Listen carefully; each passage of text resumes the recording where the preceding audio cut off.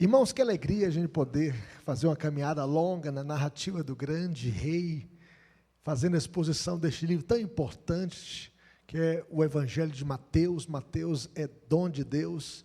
E hoje nós iremos encerrar com a grande comissão do rei Jesus.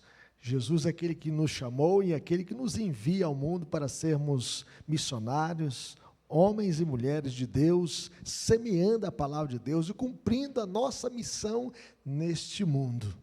Então, hoje o nosso tema vai ser sobre fazer discípulos, a missão da igreja. E eu convido os irmãos a abrir as suas Bíblias comigo, nesta passagem final, em Mateus capítulo 28, versículo 16 até o 20. Se algum irmão perdeu alguma exposição, nós temos, graças a Deus, todas as mensagens gravadas na página da nossa igreja. Você pode rever algumas mensagens e compartilhar também com outras pessoas. Tanto os irmãos que estão aqui no templo, quanto os irmãos que estão em casa acompanhando a transmissão. Que Deus abençoe a sua vida e a sua família. Vamos abrir a palavra do Senhor com alegria, então, nessa passagem tão importante para a vida da igreja. Eu convido os irmãos a se colocarem em pé mais uma vez e vamos ler juntos esses versículos para a nossa edificação. Mateus 28, 16 até o 20. Diz assim: Seguiram os 11 discípulos para a Galiléia, para o monte que Jesus lhes designara. E quando o viram, o adoraram, mas alguns duvidaram. Jesus, aproximando-se, falou-lhes, dizendo: Toda a autoridade me foi dada no céu e na terra. Ide, portanto, fazei discípulos de todas as nações, batizando-os em nome do Pai, e do Filho, e do Espírito Santo, ensinando-os a guardar todas as coisas que vos tenho ordenado. E eis que estou convosco todos os dias, até a consumação dos séculos. Vamos falar com Deus. Pai querido, fale conosco, Deus. Queremos ouvir a Tua voz, queremos entender a Tua palavra, queremos aplicá-la na nossa vida, nessa passagem tão importante para a vida da igreja, que mostra a missão da igreja, que mostra, ó Deus, o chamado e envio do Senhor, ó Deus, dos seus discípulos ao mundo, a todas as nações, para fazer discípulos de todas as nações, para, ó Deus, inseri-los na igreja, para ensiná-los e que nós possamos cumprir essa missão, até que o Senhor volte, até a consumação dos séculos, ó Deus, ó Deus, nesta grande tarefa, nesta grande comissão, nesse chamado que o Senhor nos deu, até que o Senhor consuma todas as coisas na volta de Jesus. Essa é a nossa oração. No nome de Jesus, desperta o nosso coração.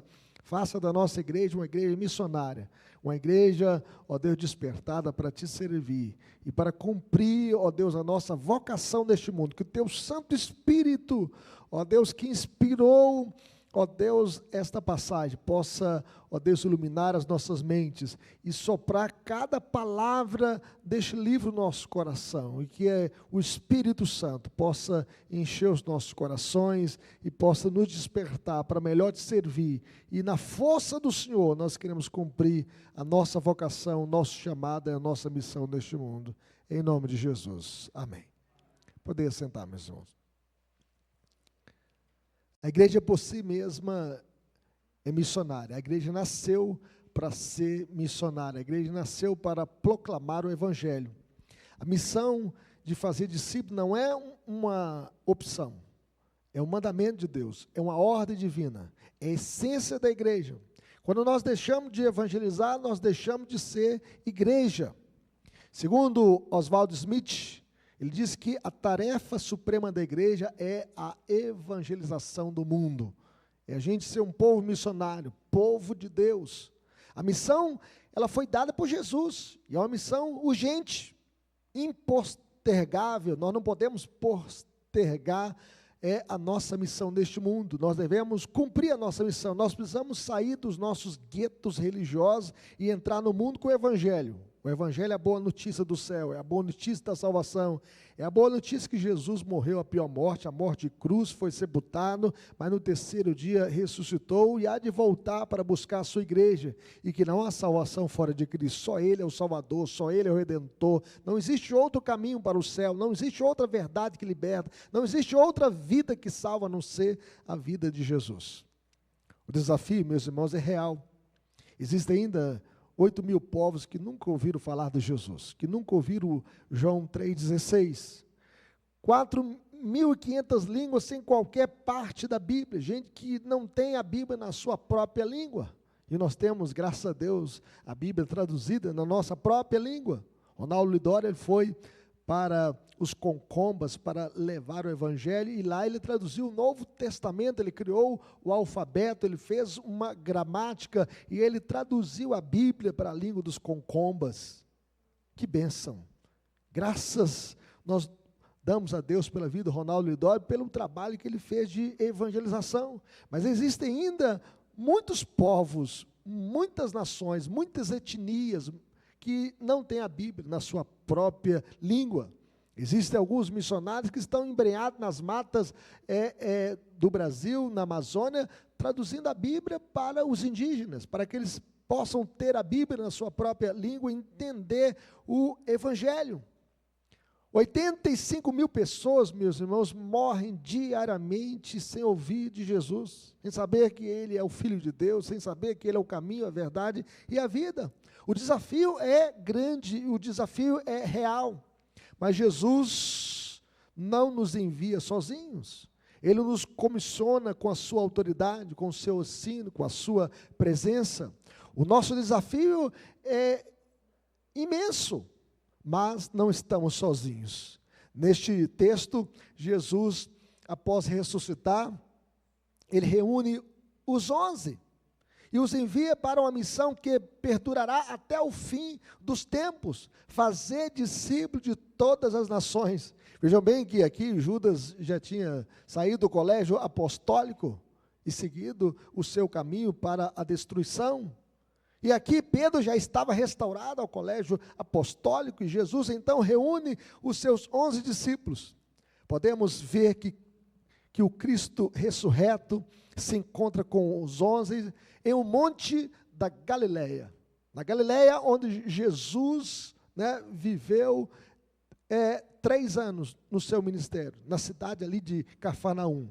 Ele viveu 30 anos em Nazaré, mas na Galileia, ali ele viveu exercendo o seu ministério. A maior parte do ministério de Jesus foi na Galileia. E no monte, nós podemos ver que Jesus chamou os seus discípulos. Os discípulos, Jesus passou a noite inteira orando no monte e chamou os seus discípulos para o colégio apostólico. Bem como no monte, Jesus se despediria deles. No monte, na Galileia. Embora nós não sabemos ao certo em que montanha eles se encontraram, alguns pensam que Jesus escolheu o Monte Arbel. Este monte, uma judia faz ali uma divulgação deste monte lá na Galileia. E dali, deste Monte Arbel, eles podiam ver o mar da Galileia, onde Jesus acalmou a tempestade, onde Jesus trouxe alívio no desespero dos discípulos naquele barco. Jesus acalmou o vento, acalmou a tempestade, e eles perguntaram: quem é este que até o vento e o mar lhe obedecem? Dali, eles podiam ver Cafarnaum, onde Jesus tinha uma casa alugada, onde Jesus demonstrou a sua autoridade ao ensinar e também fazer milagres. A maioria dos milagres de Jesus foi na cidade de Cafarnaum.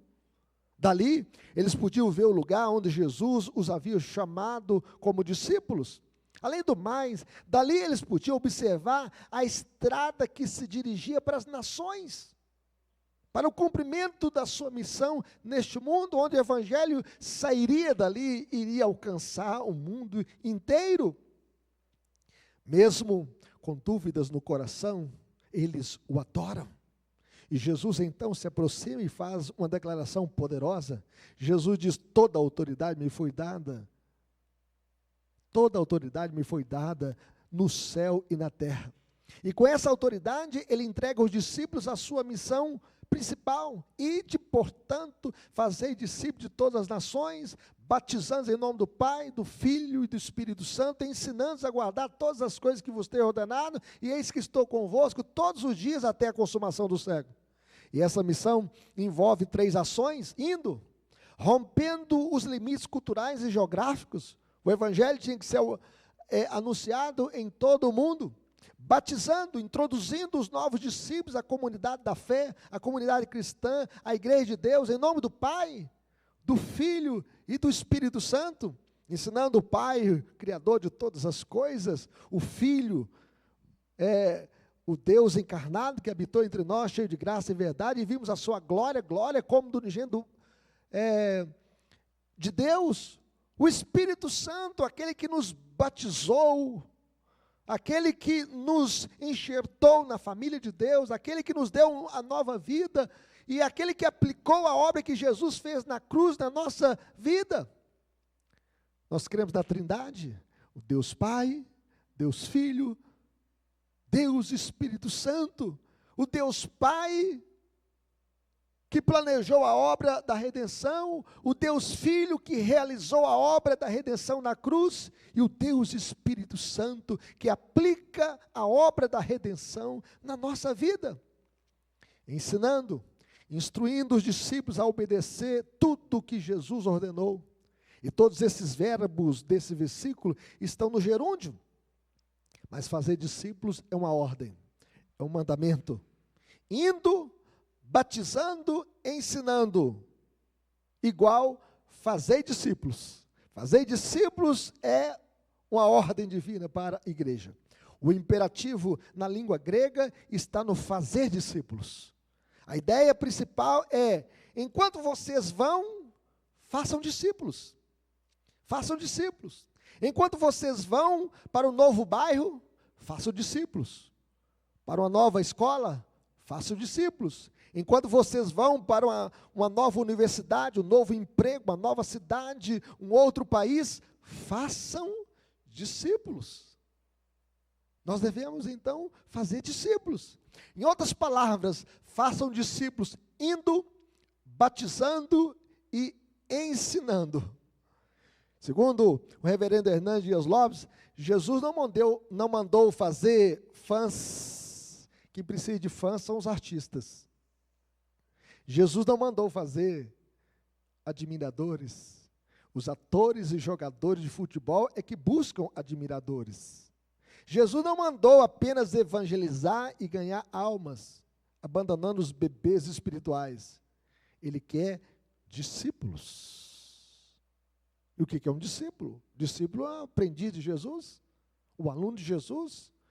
O discípulo é aquele que se matriculou na escola de Jesus, no seminário de Jesus, na igreja de Jesus para aprender.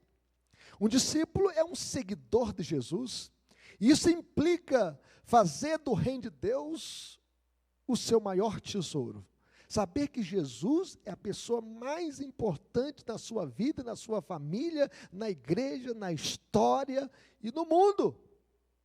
Isso implica renunciar tudo por amor a Cristo, como Jesus disse: se alguém quer vir após mim, a si mesmo se negue, tome a sua cruz e siga-me. Ser discípulo, meus irmãos, implica guardar as palavras de Jesus e guardá-las no coração. Como diz o salmista, guarda no coração as tuas palavras para não pecar contra ti. E Jesus finaliza a grande comissão com a promessa consoladora e contínua. Ele diz: eis que estou convosco todos os dias até a consumação do século. Vamos dizer isso comigo? Eis que estou convosco todos os dias até a consumação dos séculos.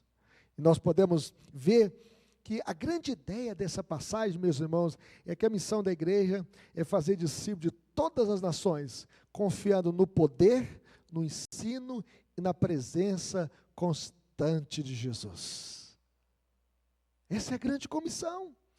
E nesse encontro final registrado por Mateus, Jesus nos dá 3 fundamentos para cumprir a grande comissão com fidelidade e com eficácia. E a primeira coisa, faça discípulos com o poder de Jesus. Vamos a isso? Faça discípulos com o poder de Jesus. Jesus chegou a dizer para os discípulos, e para todos nós, para a igreja, toda a autoridade me foi dada no céu e na terra. Vamos dizer isso comigo? Toda a autoridade me foi dada no céu e na terra. Jesus, meus irmãos, inicia a grande comissão reafirmando que Ele é o Senhor soberano. Os reinos humanos passam. O império de Nabucodonosor caiu, o império Medo-Persa passou, o império macedônico passou, o império romano caiu em 476 da era cristã. Toda a autoridade, meus irmãos, tanto espiritual quanto terrena, está nas mãos de Jesus. Os reinos humanos passam, os governos passam, os impérios passam, mas o reino de Deus permanece para sempre, porque tudo está nas mãos de Jesus, e Ele é onipotente, Ele é soberano sobre tudo e sobre todos. Isso significa que nenhum obstáculo humano ou espiritual pode impedir o avanço do reino de Deus. Jesus não envia os seus discípulos desprotegidos, desguardados, desvalidos. Ele se apresenta como o Senhor do universo, com toda a autoridade. Nenhuma missão, meus irmãos, pode ser bem sucedida sem o poder de Jesus. É por isso que Paulo chega a dizer, tudo posso naquele que me fortalece. E quando ele disse isso, ele estava preso em Roma por causa do Evangelho.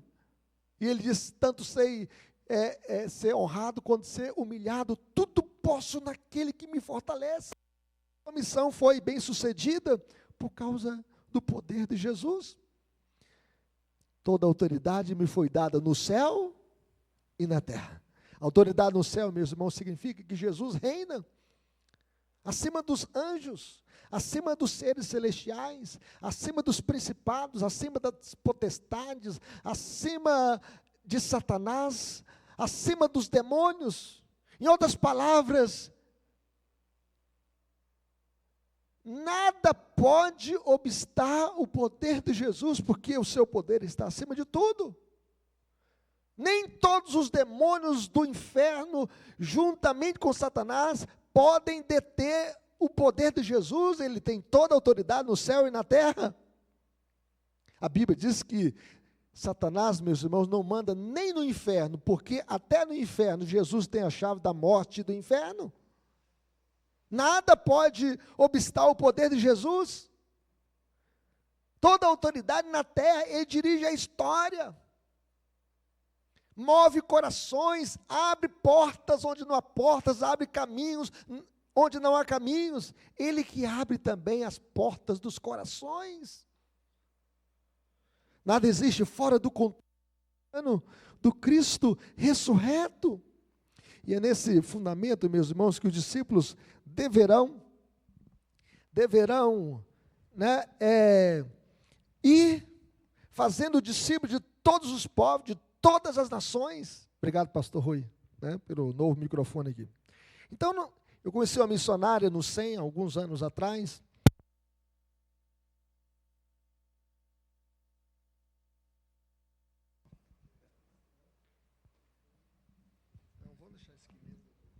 Então, meus irmãos, eu conheci uma missionária brasileira alguns anos atrás no SEM, que ela atuou em Marrocos. Marrocos é um país fechado ao evangelho. E ela contou que entrou como estudante de línguas. Depois ela passou a ser professora de inglês, a ensinar inglês. Até que uma aluna dela compartilhou com ela um sonho. Sabe o que ela sonhou? Uma aluna muçulmana. Ela sonhou com uma cruz. Falou, olha, essa noite eu tive um sonho com a cruz. Aí ela não perdeu a oportunidade. Falou de Jesus. Falou daquele que nasceu de uma virgem, que sofreu a pior morte, a morte de cruz, mas no terceiro dia ele ressuscitou. E essa mulher conheceu o Evangelho. Foi o Espírito Santo, meus irmãos, usando a autoridade de Cristo para abrir portas em um país fechado ao Evangelho. Ela que fazia compra numa loja, e aí ela fazendo ali compra de uma loja, ela esquecia uma bolsa com a Bíblia.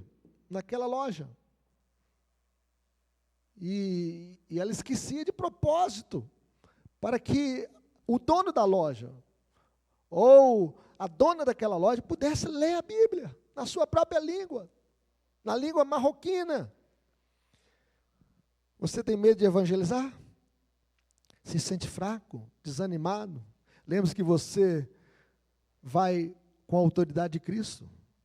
Não é você que convence, mas é o Senhor quem salva. Quem convence o pecador é o Espírito Santo. Ele nos convence do pecado, da justiça e do juízo. Aprove a Deus salvar os que creem pela loucura da pregação. Nós devemos confiar na autoridade de Cristo, no poder de Cristo. Segundo John Stott, evangelização é um mandato de Cristo sustentado pela autoridade de Cristo.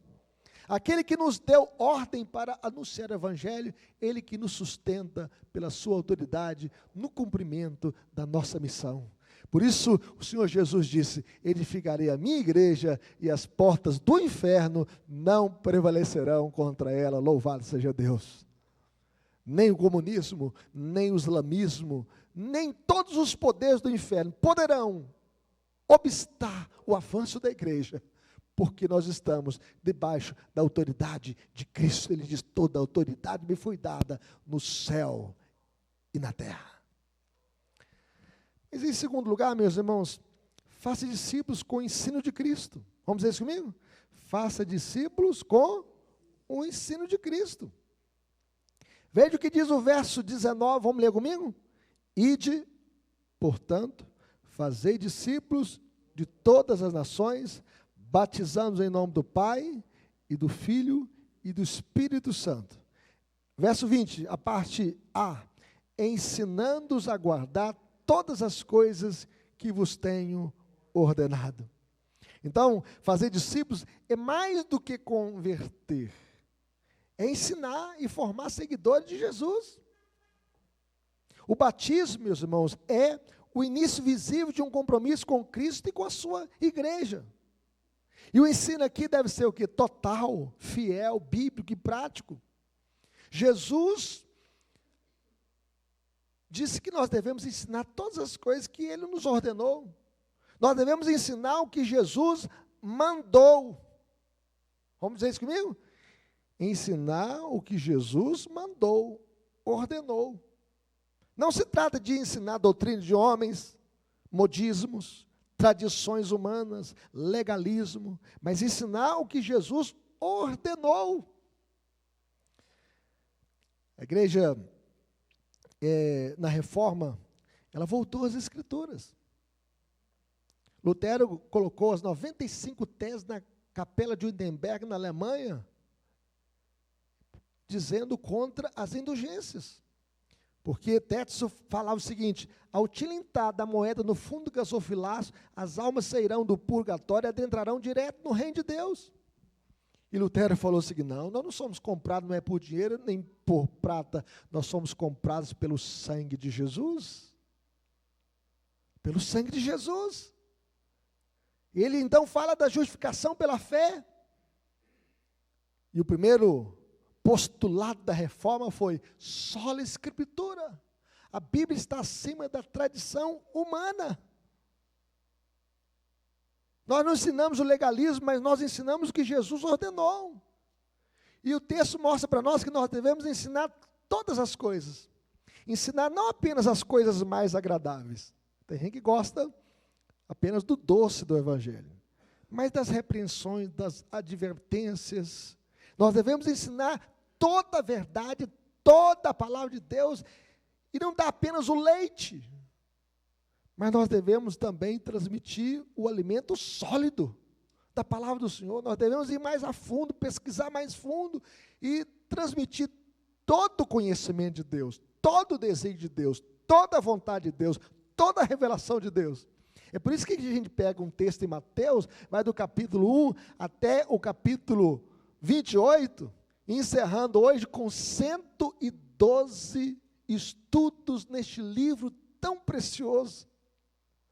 Porque a gente tem que ensinar toda a revelação de Deus, todo o saber de Deus, tudo aquilo que Deus nos mostrou na sua palavra.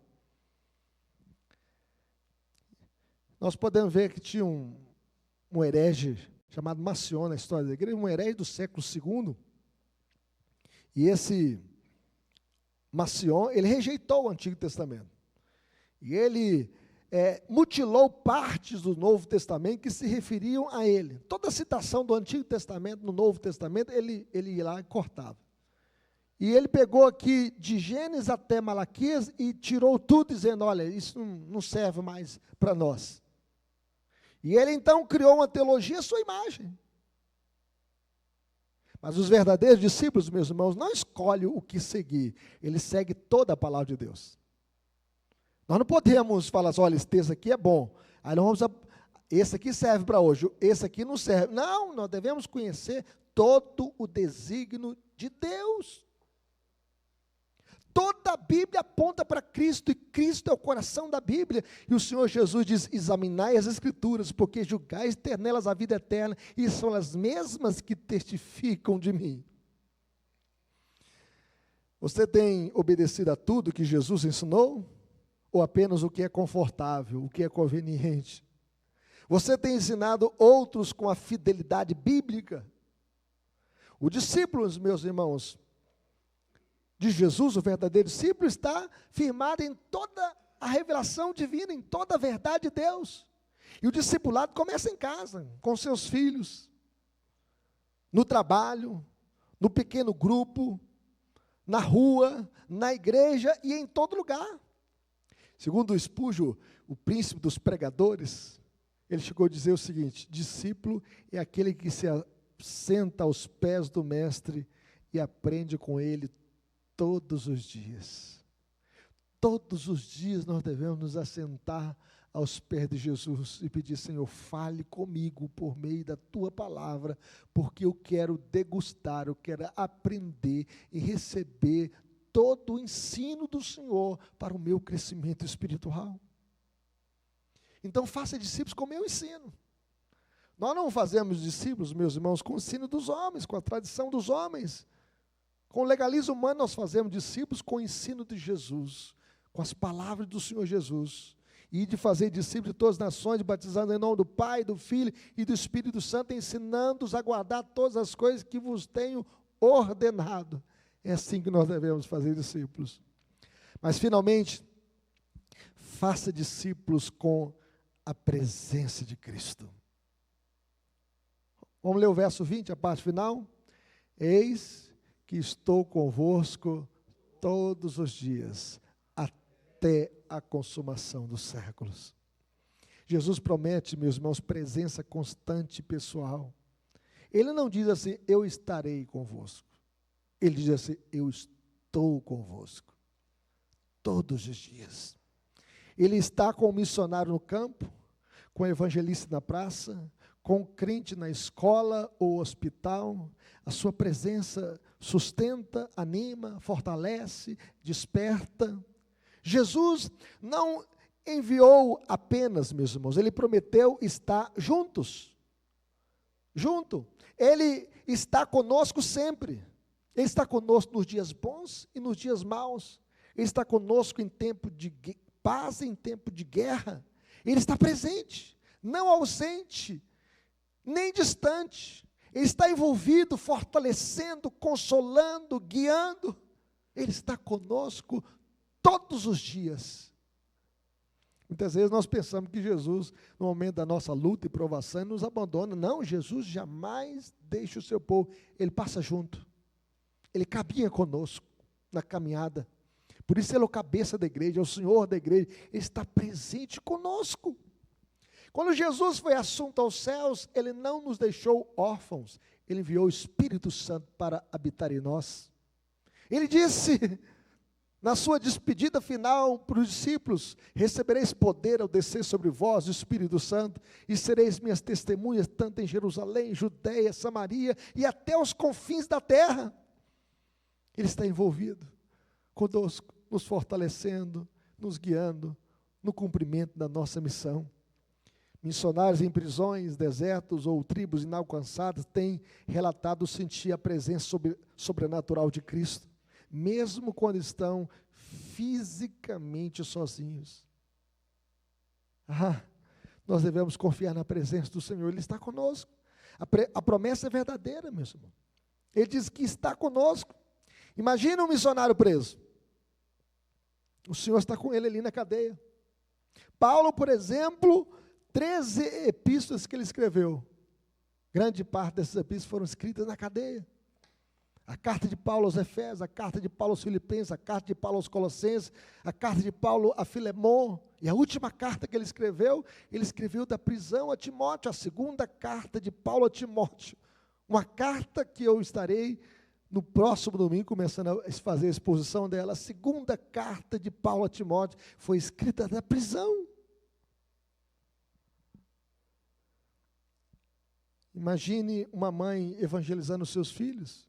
Quantas lutas as famílias têm enfrentado, quantas ideologias que vêm da escola, da faculdade, e os pais têm que evangelizar os seus filhos, não deixar de orar por eles, às vezes confrontá-los com o evangelho, às vezes mostrar o bom caminho para eles, com firmeza, sem abrir mão dos seus valores, sem abrir mão da verdade de Deus, mostrar o que é certo, o que é errado, o que agrada a Deus, o que não agrada a Deus, o que é o caminho de Cristo, o que é o caminho de Satanás. Nós devemos ter essa firmeza. Um jovem pregando na universidade, os jovens que querem manter a pureza sexual são chamados de quadrados, e às vezes tem opressão para cair no mundo das drogas, do comportamento errado, convites para ir para baladas, para noitadas. Quem sabe com medo, mas conscientes dessa promessa. Jesus está comigo agora. Ele está comigo para me fortalecer, para eu não fraquejar, para eu não desistir da caminhada, para eu não olhar para trás, para eu não me desviar nem para a direita e nem para a esquerda, para eu não me desesperar nesta caminhada. Eu preciso da presença de Jesus. Você se sente sozinho na sua missão? Jesus está com você. Jesus está com você na alegria e na dor. Jesus está com você no púlpito ou na perseguição. Vá na certeza da sua companhia, da companhia de Jesus com você.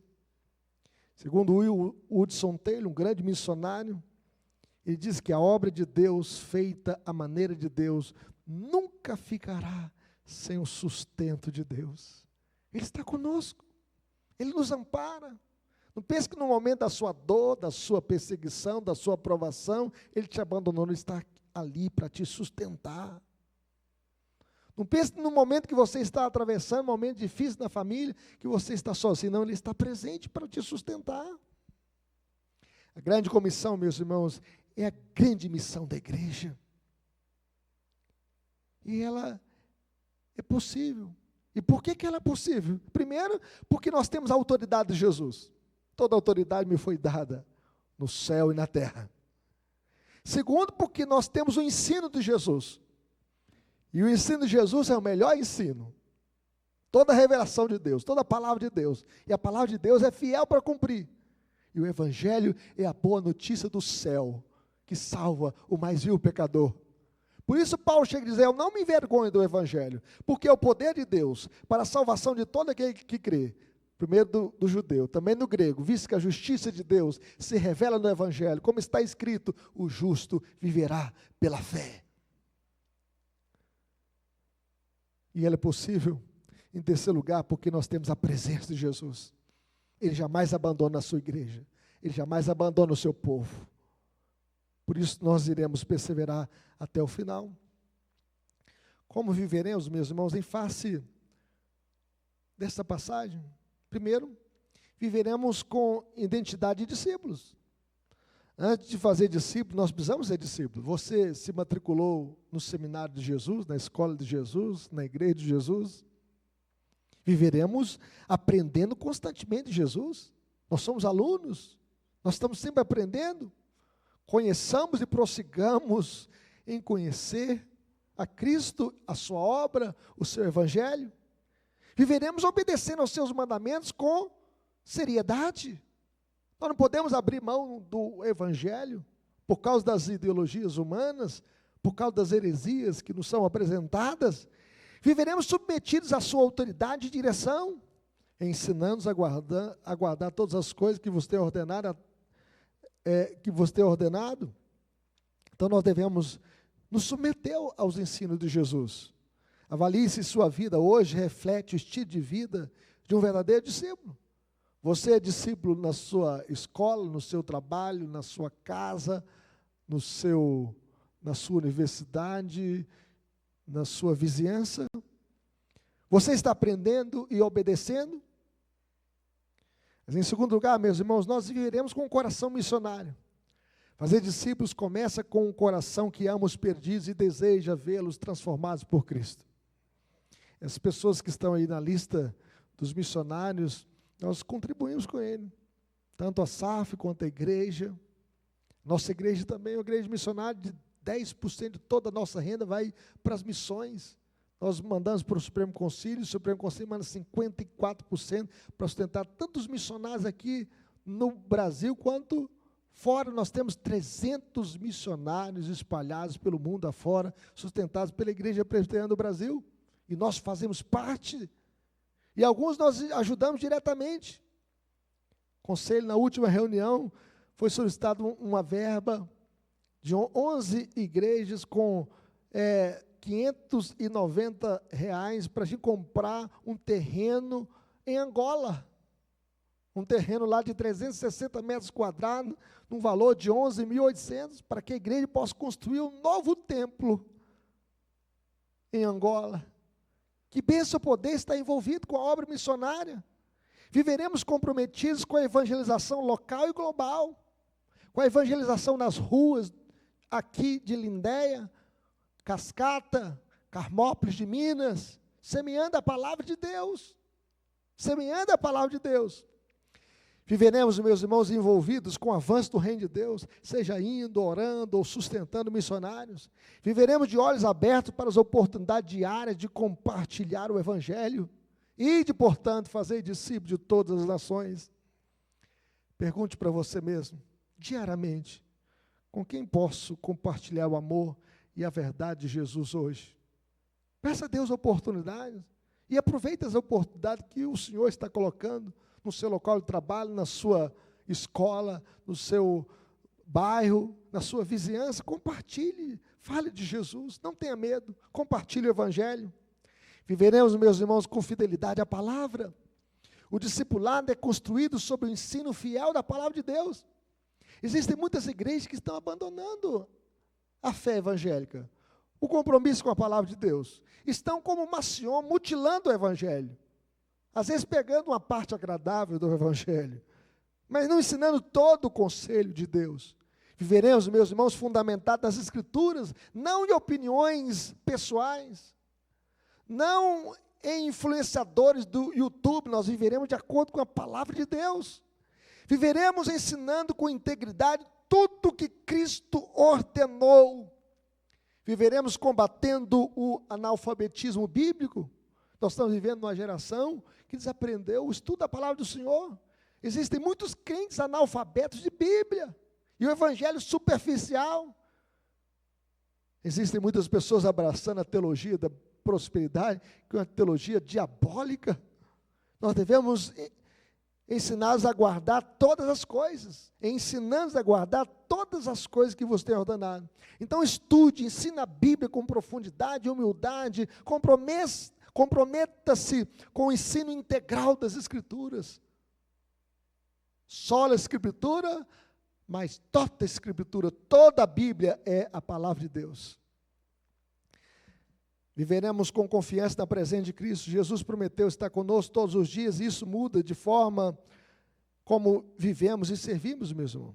Viveremos sem medo, mesmo em ambientes hostis, Ele está conosco.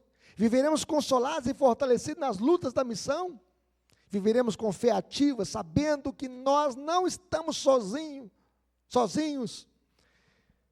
Eis que estou convosco todos os dias até a consumação dos séculos. Lembre-se disso diariamente. lembre-se, Cristo está comigo agora. Viva com ousadia, oração e dependência do Espírito Santo.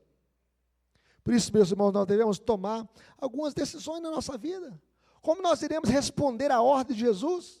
Diante do chamado de Jesus para fazer discípulos de todas as nações, nós não podemos permanecer neutros, sem nos envolver com missões, sem nos envolver com a obra missionária, sem fazer a obra de Deus neste mundo.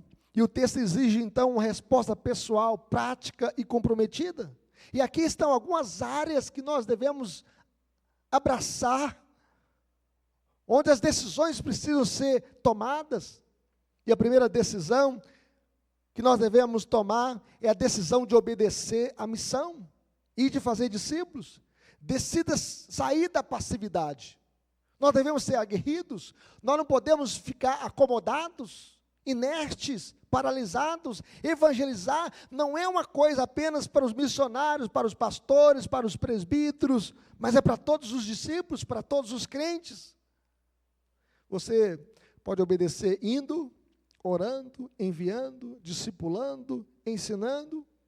Alguém chegou a dizer que missões se faz com os pés dos que vão, dos joelhos dos que ficam e com as mãos daqueles que contribuem.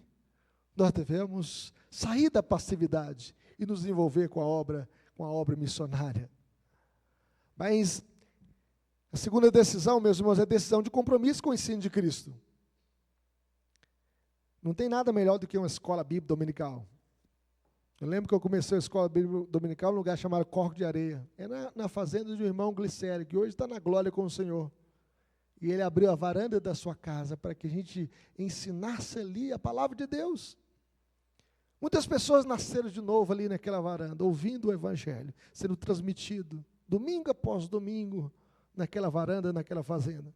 Pessoas saindo de cavalo, a pé, indo quilômetros para ouvir a palavra de Deus naquela fazenda. Esse irmão antes era um macumbeiro. Ele ia no centro espírita e dizer que foi pastor, eu andava com uma oração brava no bolso para fechar o meu corpo. Mas, na verdade, quem transformou a minha vida foi Jesus. Eu conheci o Evangelho. E ele, no lugar que ele ia no centro espírita, ele me levou ali em Taubim para que eu conhecesse o Canjira e evangelizasse o Canjira. Era uma sexta-feira. E ele me levou nesse lugar. E eu falei assim, então você interceda. Enquanto eu vou estar evangelizando o Canjira, apresentei o Evangelho para esse homem. Enquanto eu estava evangelizando, dizer que baixou um sono nele, quase que dormiu. E ele tentando orar, ele não conseguia, intercedendo para que o Evangelho alcançasse o coração do Canjira, para que ele pudesse conhecer a palavra de Deus, ensinando-os a guardar todas as coisas que vos tenho ordenado. Então decida, meus irmãos, aprender e ensinar com fidelidade. Não se pode fazer discípulo sem conhecer bem a palavra de Deus. Você precisa crescer na Escritura e ajudar outros a crescerem também. A decisão de confiar na presença de Jesus. Ele está conosco. E eis que estou convosco todos os dias. Decida andar sem medo. Decida andar sempre na presença de Jesus. A missão pode parecer grande demais, mas a promessa é clara, Jesus está conosco. Isso me faz lembrar de Simonton. Simonton chegou aqui no dia 12 de agosto de 1859. A igreja vai completar agora em agosto 166 anos evangelizando o Brasil. E Simonton então falou assim, olha, eu preciso preparar o novo seminário. E ele pensou o seguinte, o Brasil é grande demais, eu não consigo estar em todos os lugares ao mesmo tempo. Naquele tempo não tinha internet, não tinha transmissão. E ele então, os sermões, ele redigiu os sermões e ele então criou um jornal chamado Imprensa Evangélica. E ele pegava os seus sermões, as suas pastorais, imprimia isso e mandava para os bispos, para as autoridades daquele tempo, colocando no correio para que eles pudessem ler a imprensa evangélica. E muitas pessoas se converteram com a escrita, com os sermões de Simonton. Nós devemos, meus irmãos, decidir não andar com medo. A missão pode ser grande, mas o nosso Deus é maior e Ele vai nos fortalecer. Ele está conosco, a presença dEle é suficiente. Decida investir em missões. Decida usar os seus recursos, seu tempo, seu dinheiro, habilidade para a causa do Evangelho. Existem povos esperando ouvir o que você já conhece. Você pode ajudar a levar a palavra de Deus até lá. Ore a Deus dizendo: Senhor, eu quero investir no que tem valor eterno, a salvação de vidas. Senhor, usa o que eu tenho para alcançar as nações, para alcançar o mundo, para alcançar as pessoas. Usa-me, Senhor. Eu quero ser canal de bênção das tuas mãos. A palavra de Deus diz, meus irmãos, que adianta o homem ganhar o mundo inteiro e perder a sua alma? Se ele ganhar uma alma para Deus, vale mais do que o mundo inteiro. E toma a decisão de multiplicar discípulos. Decida não apenas ser um crente, mas um fazedor de discípulos. Cristianismo verdadeiro é multiplicador. Lembra o Simon, do primeiro pastor brasileiro, foi um ex-padre chamado José Manuel da Conceição. Hoje tem um seminário em São Paulo com o nome dele. Seminário, José Manuel da Conceição, que forma milhares de pastores, de missionários pelo mundo afora. Cristianismo verdadeiro é multiplicador. Quem foi alcançado agora alcança outros. Faça uma oração de decisão: Senhor, eis-me aqui. Faça como Isaías: Senhor, eis-me aqui, envia-me a mim. Envia-me. Usa-me para fazer discípulos com o teu poder, com o teu ensino e com a tua presença. Que Deus nos abençoe. Amém?